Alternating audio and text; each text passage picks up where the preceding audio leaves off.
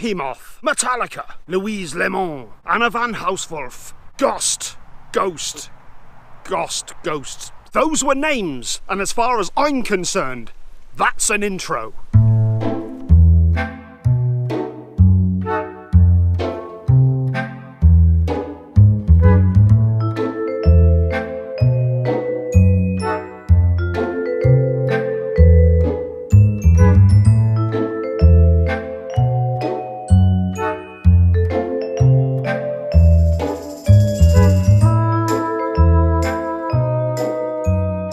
Welcome to what I believe is my first ever t-shirt edition of Rambling On.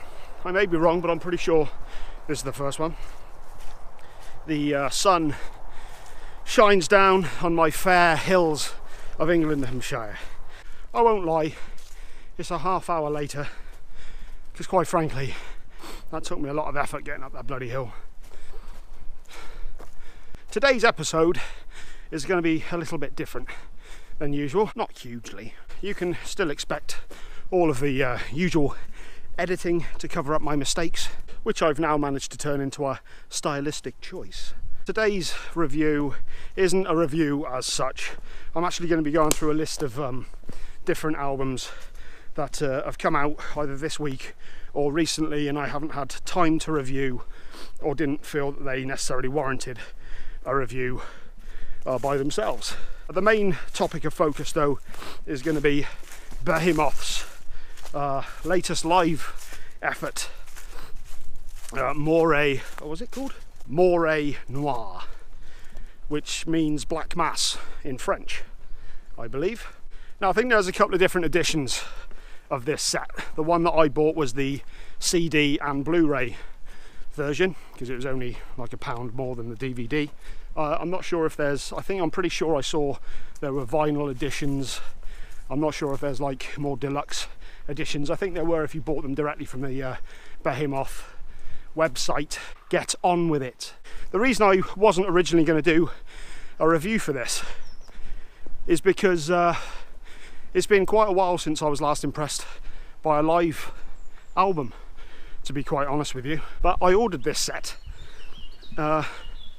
thinking, you know, it'd be decent enough, till I actually received it and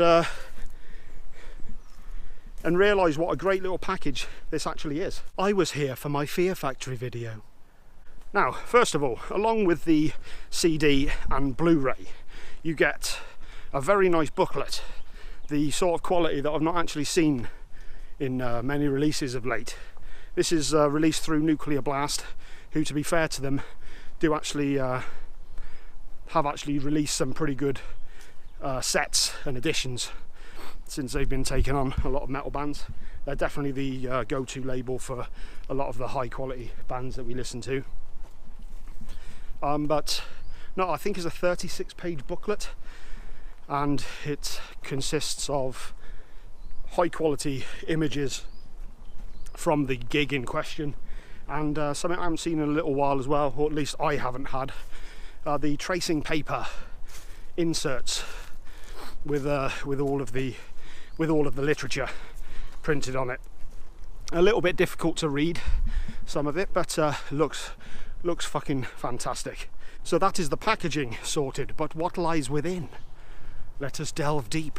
Well, there's only 2 discs. The CD that accompanies this is a live performance of The Satanist from start to finish, all 9 tracks.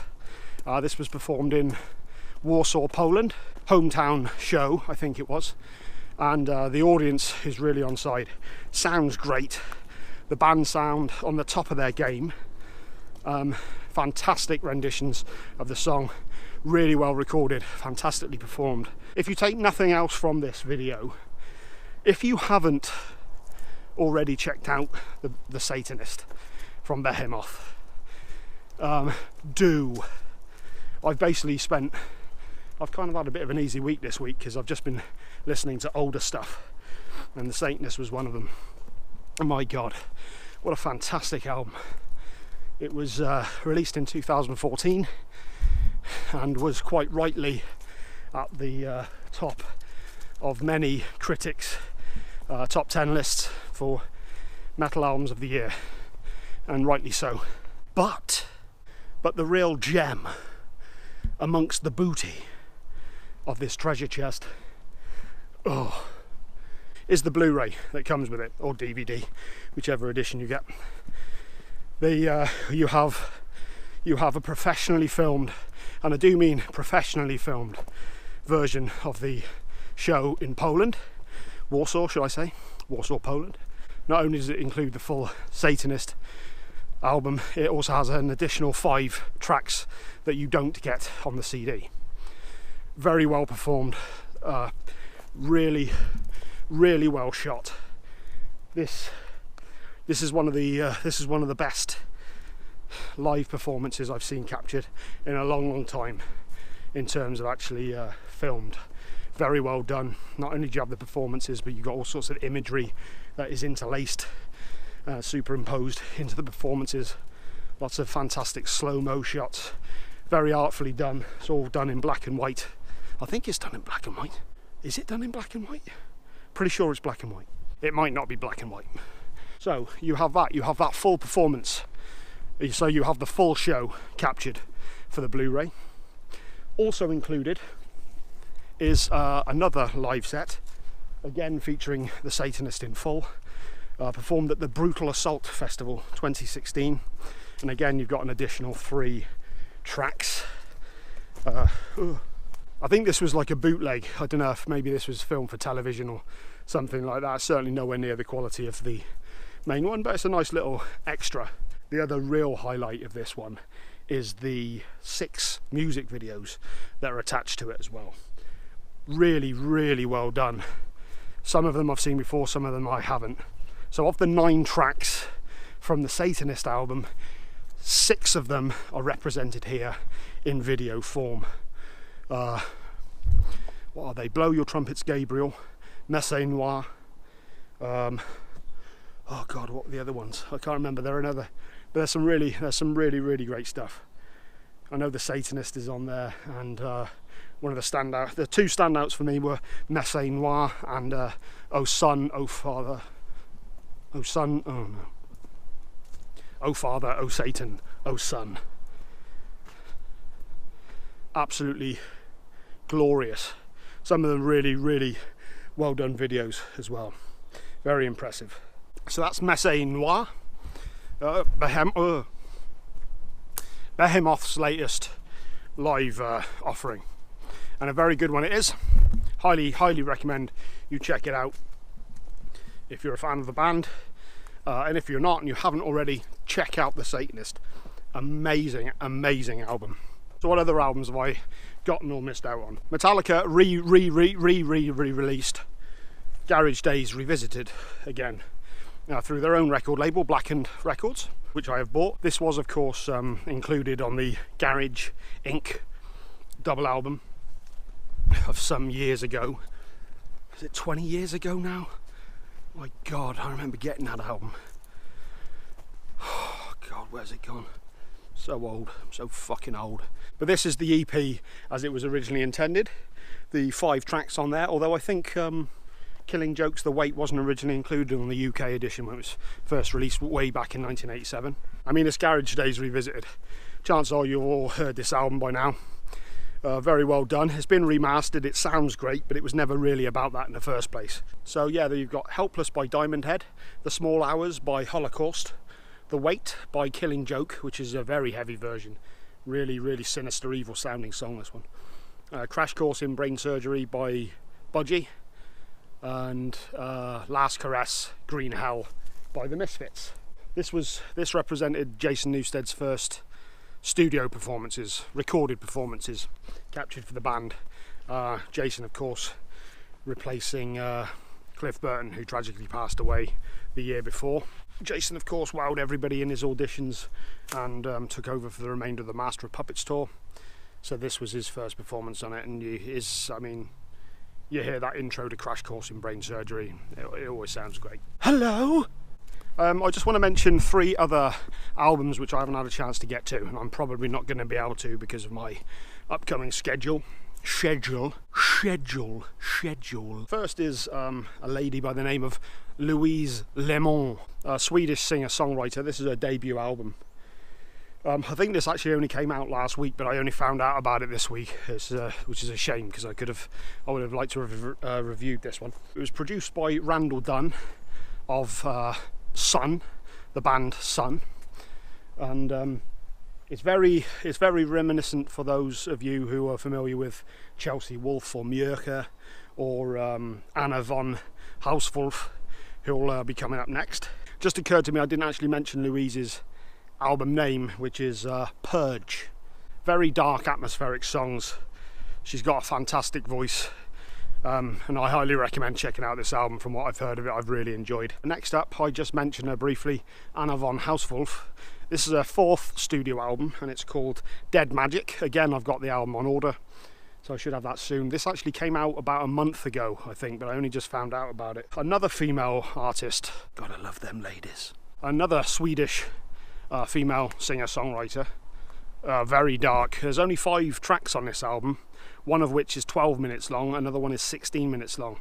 Real epic, haunting, dark vibe to this album. Yeah, it's got elements. It kind of sounds like a mixture of Lana Del Rey, Nick Cave and Jarbo. Very dark, haunting and epic.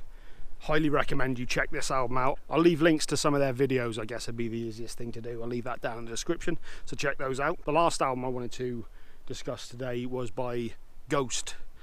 Not that Ghost, it's actually spelled G-O-S-T, so I'm not sure if it's Ghost or Gost, I'm not sure. But the album is called Possessor. This is, and this is something a bit different, this is dark synthwave.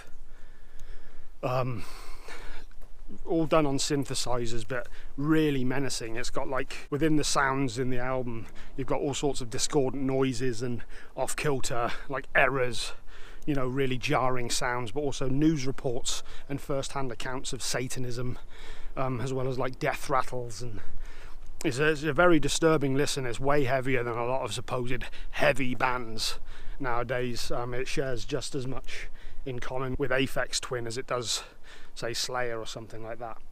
But very dark album, very disturbing. Not for everybody, but this is another one that might well be worth your time in checking out. So that was today's video. A bit all over the place, this one today, but Christ's sake. As for upcoming stuff, my next episode is actually going to be a top 10 episode, and I need you guys to get ready for this one, because it is going to be my top 10 Big Four songs. This came from one of my subscribers, The Game Player. Gods damn thee! And yeah, he requested that I actually do a top 10 covering all the Big Four bands. So that's not 4 individual top 10s of the bands, that's 1 top 10 consisting of all the bands, which is quite tough when you start breaking it down. What I've decided to do with mine, because Anthrax are my least favourite, and that's not to say I think they're a bad band by any stretch, because they're a great band and they've deserved their legendary status, but they're by far my least favourite and least listened to of the Big Four. So what I'm going to do for mine, I'm going to do 1 song from Anthrax, 2 from Megadeth, 3 from Slayer, and 4 from Metallica. Because Metallica, I don't care what anyone says. They'll always be top of the tree to me. So yeah, that'll be coming up. That's how I'm doing it. So it'd be cool if you guys got your list together as well. The only real rule of it is that you have to include at least 1 song from each band. So how you want to divvy it up after that, it's entirely up to you. On Thursday or Friday, my schedule might be a day out or so this week because I've got a lot going on. But my next subscriber request is going to be my favourite Black Sabbath album. What will it be? Will it be anything other than the first 6 albums? No. So yeah, that was the episode. A little muddled up, this particular one, but needed to be done. Come back Tuesday, Thursday, and from then on, I got a lot of shit going on in terms of videos. I got all sorts of bloody videos coming up. No worries there, you're never gonna miss out on this. So yeah, I'll see you later.